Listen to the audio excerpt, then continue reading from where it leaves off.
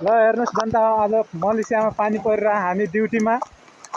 यस्तो बिजोक रमाइलो भइरहेछ पानी परिरहेछ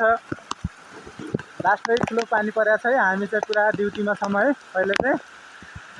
के गर्नु यस्तै रहेछ परदेशी जिन्दगी मलेसियाको है हाम्रो अब छुट्टी हुने टाइम हुने बेला पानी पर्दै हामी चाहिँ पुरा भिज्दिरहेछौँ पानीमै के गर्नु नेपाल जस्तो भए साता बोकिन्थ्यो के थाहा लौ कान्छा मेरो पनि बनाऊ त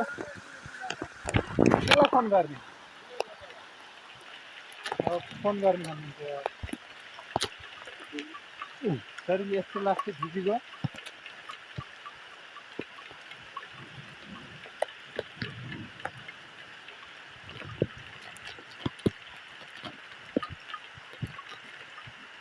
हेर्नु त एउटा देखाउनु एउटा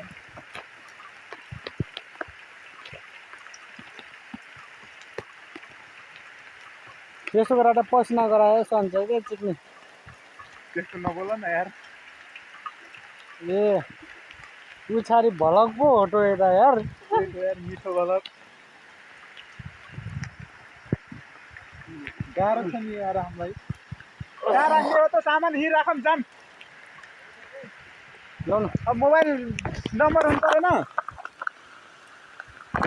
यस्तो गाह्रो छ है हामीलाई यस्तो बिजोक भइरहेछ के गर्नु अब पानी छाड्दैन होइन हामी चाहिँ पुरा भिजिरहेछौँ